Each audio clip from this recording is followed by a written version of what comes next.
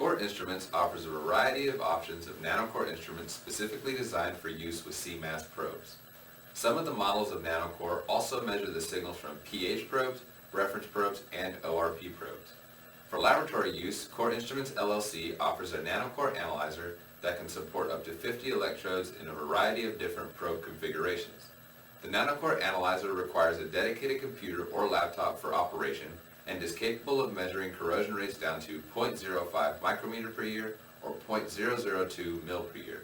For field applications, Core Instruments offers two versions of the nanoCorr field monitor, the nanoCorr F1 field monitor and the nanoCorr F2 field monitor. The nanoCorr F1 and F2 field monitors have onboard memory, and the monitors do not require a dedicated computer for operation. The nanoCorr F1 and F2 field monitors measure corrosion rate down to 0.5 micrometer per year or 0.02 mil per year. The F2 field monitor has an option for a USB thumb drive. This provides the capability of leaving the F2 monitor in the field and then retrieving the data saved by simply removing the USB thumb drive and plugging it into a PC.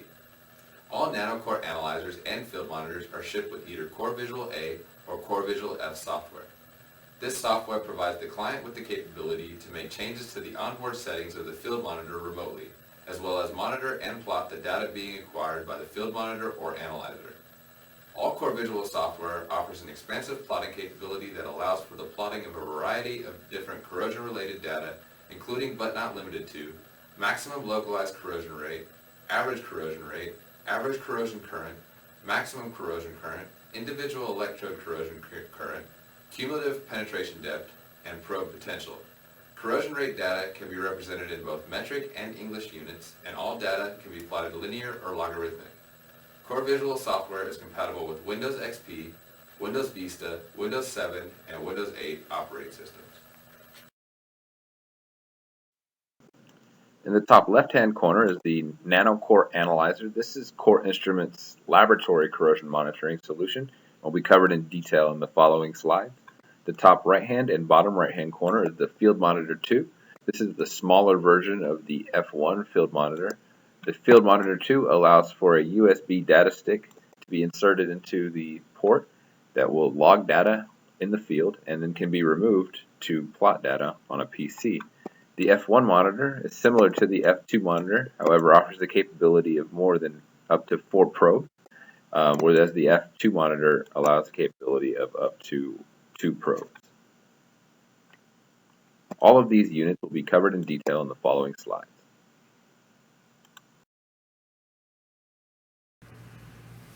Welcome to the Core Instruments nanoCorr F2 field monitor demonstration video. The first step to using the F2 field monitor is to turn the device on via the on-off switch. The nanoCorr field monitor takes a few seconds to boot up.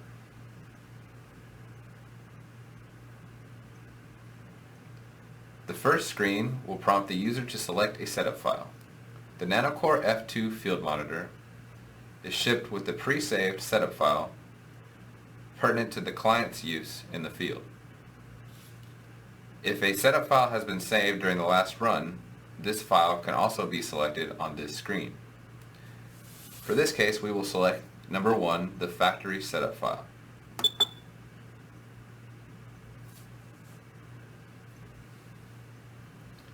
Now the nanoCorr checks the USB thumb drive and sees if there is a USB thumb drive plugged into the F2 field monitor. In this case, there's no thumb drive plugged into the USB port of the field monitor, so we will press enter to continue.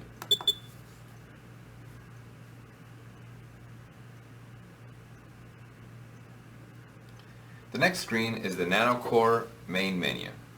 The nanoCorr main menu has 6 options. First option is to set the date of the time of the nanoCorr field monitor. The second option is the sample rate. The third modifies probe information. The fourth is to eject a USB drive. The fifth is to download data. And the sixth is to format memory on the nanoCorr. We'll walk through each step to show how we can use each step to modify the settings of the nanoCorr field monitor. The first option is set date or time. You press 1. The nanoCorr asks you to set a new time or to skip. So in this case, we want to press 1 to set a new time. Go ahead and enter the year. press enter. Go ahead and enter the current month. Press enter. We'll go ahead and enter the current day and press enter. The day of the week, the current hour, and the current minute. Seconds can also be entered. The nanoCorr now displays the time that has been entered. We can either select 1 to modify this time again if it is incorrect, or press 2 to complete the process. The nanoCorr now saves that memory into the nanoCorr onboard memory. The next option is to change the sample rate of measurement. We hit 2. The screen shows that the current sampling rate is 30 seconds per point. We can change this by either selecting option 1 to change it to seconds per point, option 2, minutes per point, option 3, hours per point, or we can skip this current operation and go back to the main menu by hitting 4. We will go ahead and select the seconds option, 1. Now the nanoCorr asks us to enter a sample interval. We can choose between a range of 10 and 240 seconds. We'll go ahead and change the current sampling rate to 10 seconds per point and hit enter. The nanoCorr has an option to use a battery for measurement. This is to isolate the system with DC battery such that there is no noise from a power supply in the field. We can either select yes or no for this option. For right now, we'll go ahead and select no, pressing 1. Now the next option in the menu is the third option, which is the Modify Probe Information option. This is where we can change the probe data or the probe characteristics on the nanoCorr memory. Press 3 for that. Press enter to continue. Now we're asked how many probes the nanoCorr will be measuring. In this case, we'll be measuring 1, so we'll go ahead and hit 1. We'll select the probe type. We can enter an other, or we could also select carbon steel, copper, brass, stainless steel, aluminum, aluminum alloy, nickel alloy, and zinc. In this case, we'll go ahead and select carbon steel. Press 1. The current density saved on the default setup file is 7.86 grams per centimeter cubed. We'll go ahead and keep this default value by pressing enter. The equivalent weight currently saved on the memory is 27.92. We'll go ahead and keep the equivalent weight as well. The current area in millimeters squared is 0.7849. We'll go ahead and keep that value. And now we'll go ahead and change the number of electrodes for this probe and say that we have 9 electrodes. And go ahead and hit enter. The next question is if the probe is polarized. For a probe in the field, the probe will not be polarized, so we'll go ahead and hit no. Save the data to the onboard memory. Now the fourth option is to unplug a USB drive that's connected to the nanoCorr. In this case, you would hit, if you have a USB drive connected, you would go ahead and hit 4, and you'll be able to eject your USB drive without losing any data. Options 5 and 6 are to download memory and erase memory. The only reasons to use number 5 from the nanoCorr directly is if you're using some sort of data logger program like Hyperterminal to collect any type of communications from the nanoCorr. nanoCorr ships with CorrVisual F software. The CorrVisual F software will have a download option in the software that you can use to download the memory on the onboard memory of the nanoCorr into your laptop or computer directly from the software. Core Instruments recommends that you use the software to download information and you do not download directly from the nanoCorr. Option 6 will go ahead and erase or format any memory on the nanoCorr. The nanoCorr has a timing function. It will wait 30 seconds and then automatically go into measurement. For this case, we'll just go ahead and click Help to get back to the main menu again.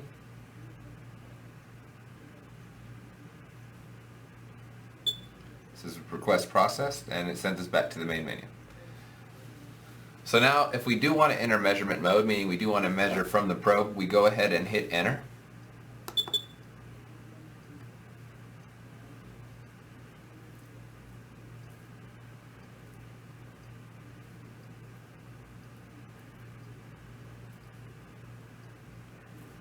Measurement will take about 30 seconds to begin.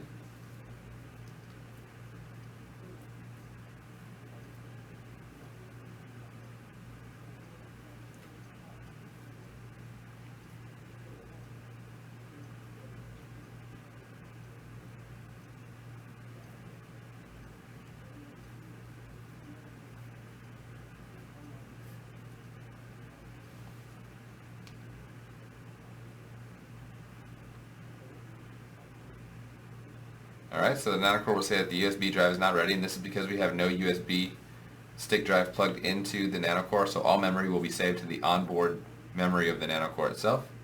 And now we're in the measurement screen. So the measurement screen, we're in the current sampling interval. In the current sampling interval, we'll see 4 measurements.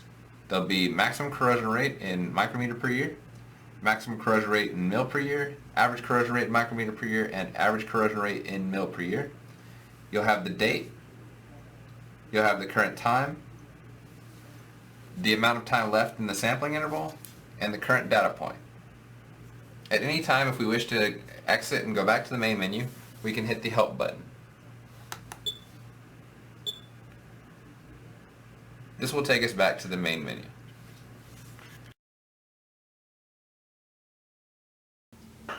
Welcome to the Core Instruments nanoCorr F1 Multi-Electrode Corrosion Monitor demonstration video. In this video, we'll demonstrate how to use the F1 corrosion monitor. The first step to using the device is to turn the device on via the on-off switch. The device boots up and shows the current date and time, gives you the option to format the memory on the nanoCorr, and now it asks you to select a setup file.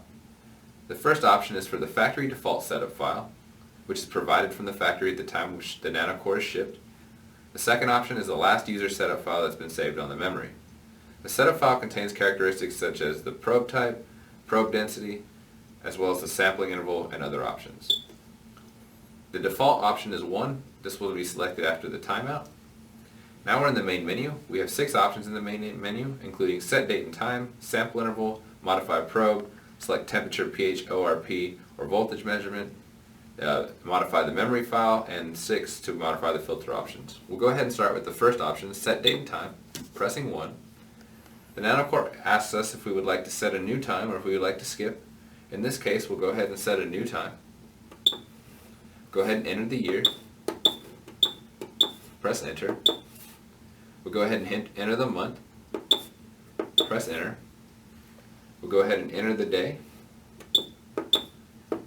Press enter. Day of the week. Press enter. Go ahead and enter the hour, the minute, and the seconds. Now the nanoCorr displays the current entered time, asks us if this time is correct, if we wish to complete by pressing 2, or if we wish to modify this time again. We'll go ahead and complete this process by pressing 2. The nanoCorr now returns you back to the main menu.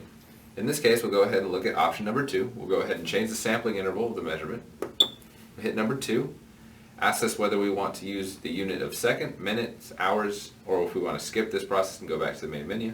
In this case, the current sample rate is 300 seconds per point. We're going to go ahead and change it to 10 seconds per point. So we'll go ahead and hit 1 for seconds. We'll go ahead and type in 10 as a time interval. Press enter. The sampling interval has now been changed. We'll go ahead and press enter to continue one more time. This will bring us back to the main menu.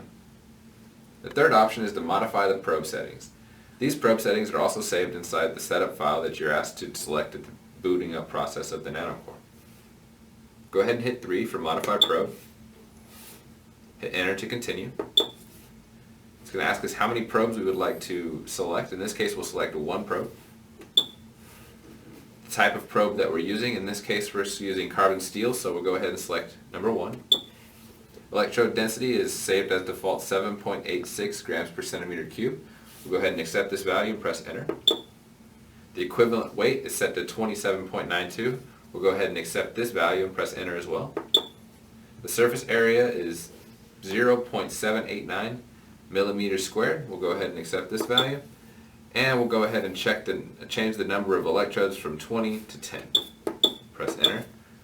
It's going to ask if the probe is polarized or not. In this case, the probe is not polarized, so we'll select 2. And once again, it will display the current date and time. We don't need to change that, so we'll go ahead and hit 2 to skip. And the nanoCorr will take us back to the main menu once again. Now we'll go to option number 4 to select whether we want to measure temperature, pH, ORP, or voltage. We're going to go ahead and say that we want to measure temperature, so we'll press yes. We do not want to measure pH. We do not want to measure ORP or DC voltage. We'll press 2. and core potential also 2 for no. It will now ask us if we wish to calibrate any of these. We're not going to go ahead and calibrate right now, so we'll just go ahead and hit enter to exit. This will take us back to the main menu once again. The other option is number 5 for memory file. In this case, the number 5 option allows us to check how many files are in memory, onboard memory in the nanoCorr.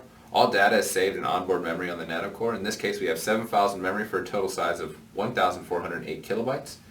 Normally we download using the software program, but in special cases, download can be initiated directly from the hardware.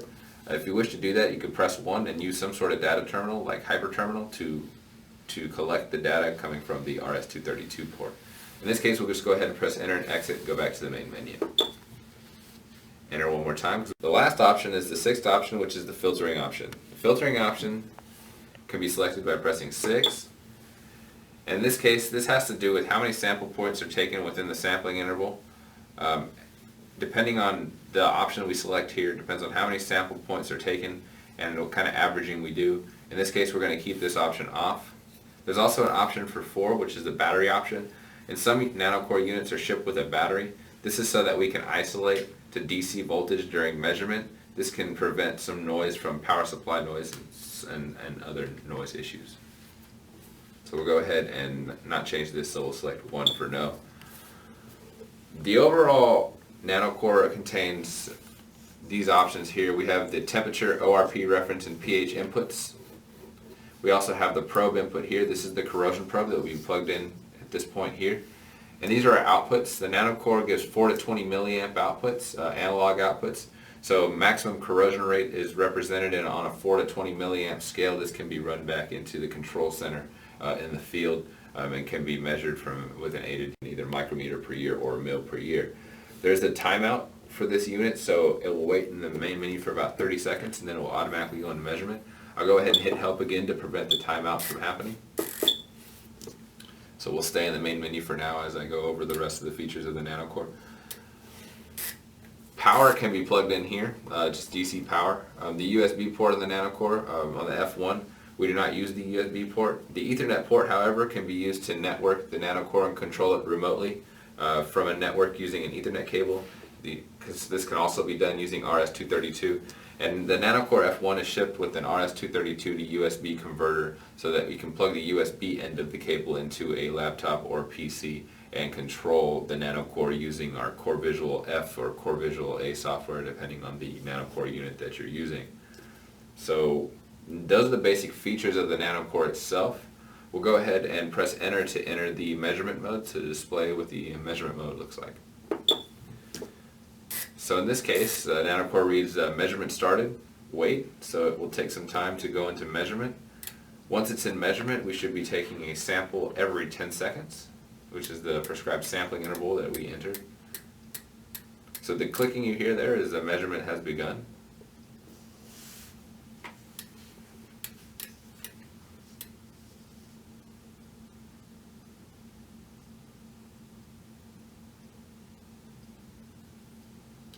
Okay, so we've taken our first data point.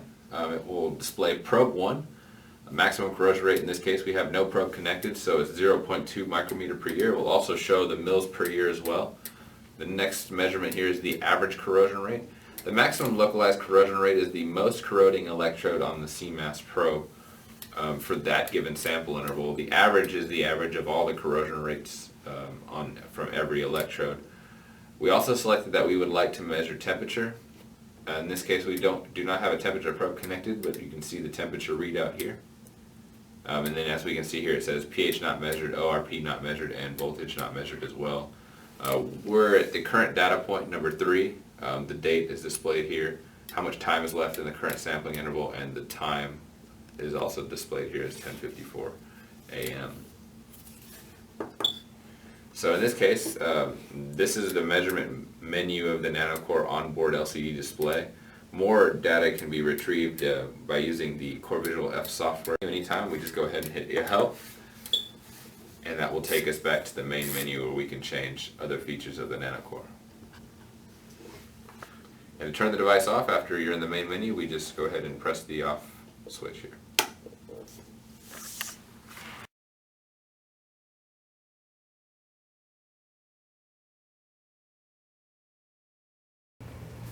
This is the Core Instruments nanoCorr A50 coupled multi-electrode corrosion analyzer. This is Core Instruments' laboratory solution for corrosion measurement. It offers the capability of having 6 9-electrode probes, or a variety of different electrode configurations here for various probe counts depending on the electrode configuration. It also allows for the input of temperature, a reference probe. You can also have pH or ORP or voltage measurement with this system as well. This system requires a dedicated computer for operation, but can measure corrosion rates down to 0.05 micrometer per year or 0.002 mil per year.